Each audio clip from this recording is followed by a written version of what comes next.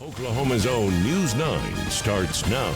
It looks like a bomb went off here in Seminole County. This road is covered with debris. When I got here, I didn't even know where I was until I found the street sign. It says north. A black Chevy truck came flying through this intersection, slamming into this guardrail. It knocked over a piece of the guardrail and bent some of the beams. We also found part of the driver's headlight. OHP says he could be facing multiple charges. They've got a portion of this road blocked off, and you can see a motorcycle down behind me. You can see pieces of the bike covering several lanes of traffic. There's remnants of stained glass windows on the ground, along with bricks from the building. You would think that the burglars would have stolen a bunch of expensive equipment, but none of that is housed at the studio.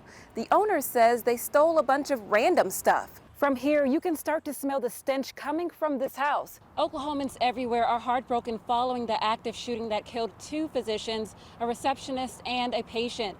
Tulsa police identified the gunman as Michael Lewis, who later killed himself after the shooting. The wind is picking up, the snow is picking up. You want to bundle up. I have on at least probably 4 or 5 layers. A lot of their customers don't have water. Now there's this mattress here, and they tell me they have no idea how it got here. As we all wait for answers, people here in Surreal have created a memorial outside of Athena's home. McFadden spoke to his mother the day before the bodies were found. He told her he was going to kill himself. For the past couple of days, I've been here in Amber Valley, Alberta. And this isn't just home to Canadians, but Oklahomans as well. Carl, this is the street where Mike Bradsher raised his family. Now all that's left are piles of debris that are taller than me. His granddaughter tells me this is where she spent most of her childhood. Now all that's left are her memories. It's unrecognizable. It's kind of weird, like I don't really fully have my bearings, like, because I'm so used to things like landmarks being here. Haley says it's hard to believe the devastation a tornado can cause. Everything's gone. Literally everything. Like we had a well house, a shed, a house is gone. In that house was her grandfather. He was our champion. Like he loved us.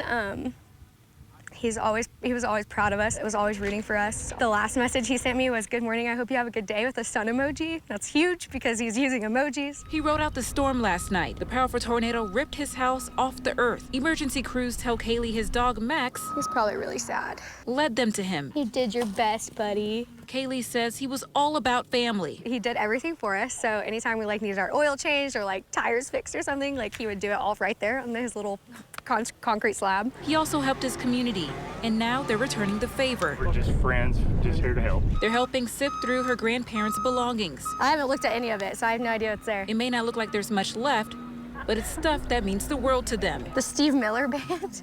Hippies, I'm telling you.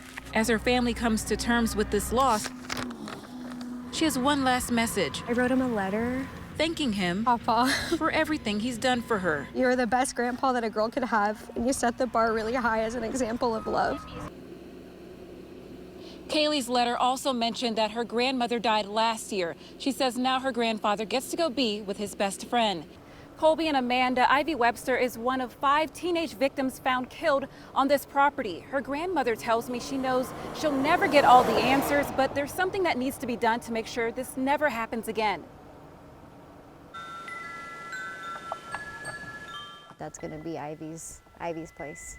This garden is a memorial for Ivy. It's helping loved ones like her grandma, Shannon Boykin, cope with this tragic loss. This is our first year of first. It's going to be my daughter's first Mother's Day without her daughter. Boykin tells me she's always been the anchor for her family, but this she can't explain. I don't know how to be there for my daughter. Boykin and other family members went in the home on the property where police say Jesse McFadden shot and killed 6 people. And I shouldn't have had to see that because it puts all those questions that I'll never have answered. I know she was sexually assaulted, but to what extent? Some of the things she saw in the home are too graphic to share. Another surprise was a lot of evidence not collected. The only time since I've been here since Monday that scene has been secure is now that the command center's up there. The Okmulgee District Attorney Carol Iskey says she asked OSBI to take over the investigation after speaking to the Webster family. I feel that they dropped the ball on it, that basically it was like the bodies are found and they wanted to wash their hands of it. According to the family's attorney, OSBI sent resources to search the home and the ponds on the property.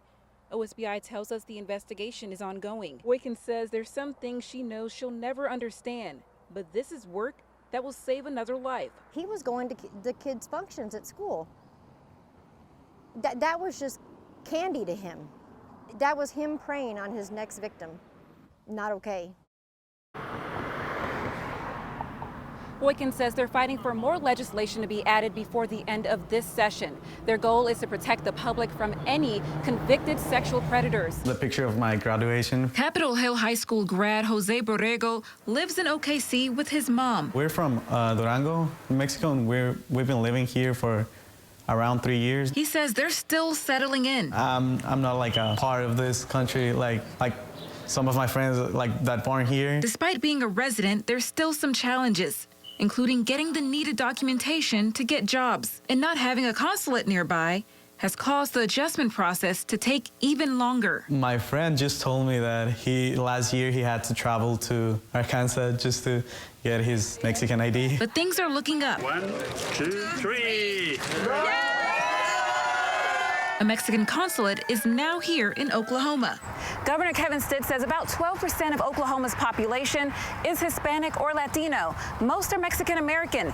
This consulate will help around 500,000 people that live here in Oklahoma. I'm the governor for all 4 million Oklahomans. Hispanic values are Oklahoma values. Very similar. I mean, very entrepreneurial, hardworking. That's the ethos of an Oklahoman, is just super hardworking. The opening celebrates years of hard work. There is also a lot of potential to grow the economic, trade, cultural, and tourist relations between Oklahoma and Mexico.